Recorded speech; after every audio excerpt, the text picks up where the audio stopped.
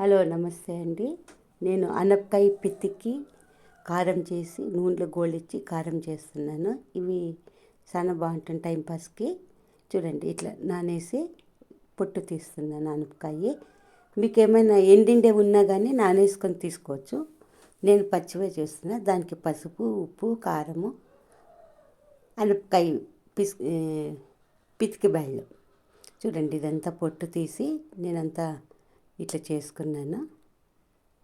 మనకు అనపకాయ దండిగా ఉంటుంది.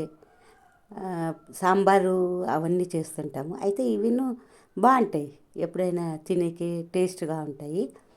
బాండ్లు పెట్టిన నూనె వేసుకున్న.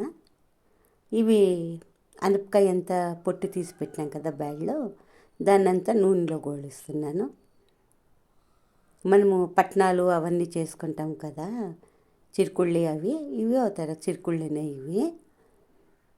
చూడండి, అన్నీ ఇట్లా వేపుకున్నాను. దీనికి పసుపు, ఉప్పు, కారం కొంచెమే వేసుకోండి, ఎక్కువ వేసుకోవద్దండి.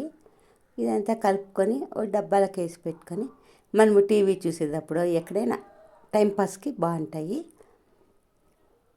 అనపకాయ పితికి కారం వేసిండే బ్యాళ్ళు మీరు ఒకసారి ట్రై చేసి ఎట్లుండే చెప్పండి. నమస్తే.